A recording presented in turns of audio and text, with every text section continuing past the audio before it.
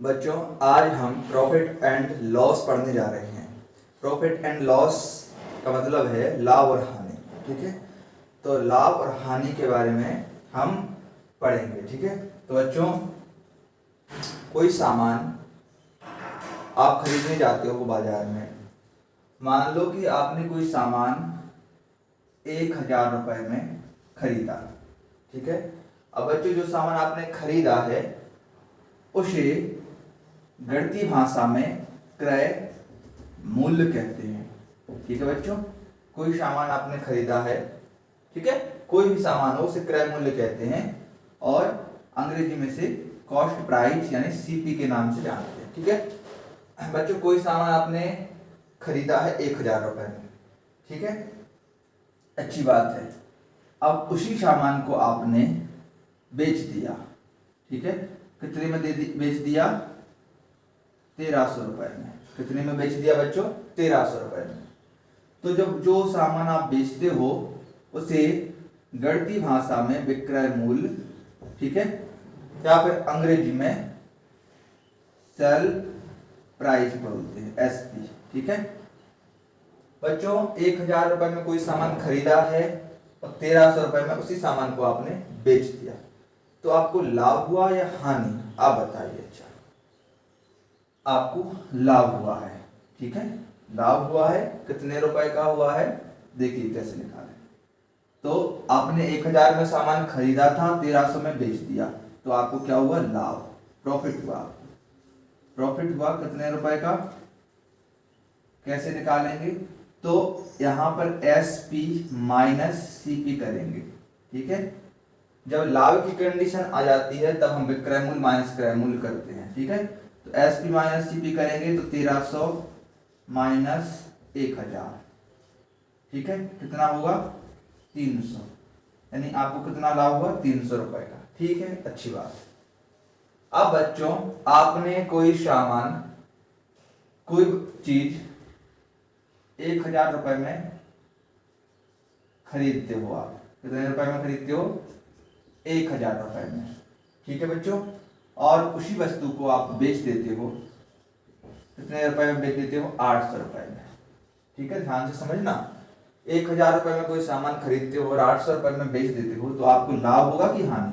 आपको बच्चों हानि यानी कि नुकसान होगा। कितने रुपए का? 200 रुपए का। तो हानि कैसे निकालते हैं बच्चों? हानि निकालने के लिए क्रय मूल्य यानी कि सीपी माइनस एसपी, ध्यान रखना इस बात। क्रय मूल्य कैसे निकालते हैं? हानि कैसे निकालते हैं? क्रय मूल्य माइनस विक्रय मूल्य, क्योंकि क्रय मूल्य हानि में क्या होता है? क्रय मूल्य बड़ा होता है और लाभ में विक्रय मूल्य बड़ा होता है। ये बात आपको पता होना चाहिए, बेसिक बात है। ठीक है, अब बच्चों, हमें यह तो पता चल गया कि लाभ हमारा 300 रुपए का हुआ। अगर हमें परसेंटेज निकालना है कि लाभ प्रतिशत कितना हुआ है, तो कैसे निकालें बच्चों? लाभ प्रतिशत। मेरे प्यारे बच्चों, लाभ या हानि निकालने के लिए लाभ या हानि हमेशा क्रय मूल्य पर ही निकलती है। तो लाभ परसेंट बराबर होता है लाभ। लाभ कितने रुपए का हुआ है? ठीक है, वो लिखना है बटे कितने रुपए में वस्तु खरीदी है। ठीक है, और परसेंट निकालना है इसलिए 100 का मल्टीप्लाई। ठीक है, लाभ मुझे कितने का हुआ? 300 रुपए का।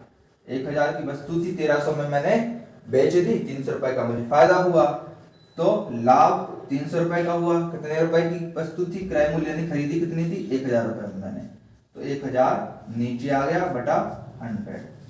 तो बेटा दो बिंदी से दो बिंदी काटी, एक जीरो से एक जीरो काट दिया मैंने, तो मुझे कितने परसेंट का फायदा हुआ? 30%, है ना। यह मेरा आंसर है। 30% का मुझे लाभ हुआ है, प्रॉफिट हुआ है। ठीक है, अब यहां पर दूसरी कंडीशन देखते हैं। क्रय मूल्य माने कोई चीज मैंने खरीदी 1,000 में और मैंने उसे 800 रुपए में बेच दी है, तो मुझे 200 रुपए का नुकसान हुआ है। कितने का नुकसान हुआ है? 200 रुपए का। अब मुझे निकालना है कि हानि परसेंटेज कितना रहा मेरा, मुझे कितने प्रतिशत का नुकसान हुआ है, मेरा लॉस परसेंट क्या है। ठीक है, तो बच्चों लॉस परसेंट में भी क्या कुछ करना पड़ता है? हानि बटे क्रय मूल्य। ठीक है, लाभ हो अथवा हानि हमेशा क्रय मूल्य पर निकाला जाता है, नीचे क्रय मूल्य ही आता है। ठीक है बच्चों, हानि कितने रुपए की हुई है? मुझे 200 रुपए। मैंने लिखा है 200 रुपये का मुझे नुकसान हुआ है, कितने रुपए में, 1000 रुपये में, और इंटू 100, ठीक है। 2 जीरो से 2 जीरो कैंसिल, 1 जीरो से 1 जीरो, तो मुझे कितने रुपए का नुकसान हुआ है, कितने परसेंट का नुकसान हुआ है, 20% का। तो आई होप यू कि आप लाभ हानि निकालना सीख गए और इसके बाद आप लाभ प्रतिशत और हानि प्रतिशत को भी निकालना सीख गए होंगे। धीरे धीरे हमारा लेवल बढ़ता जाएगा। पहले हम आपको बेसिक से समझा रहे हैं, तो धीरे धीरे आपको हम बेसिक से एडवांस की तरफ लेकर के जाएंगे।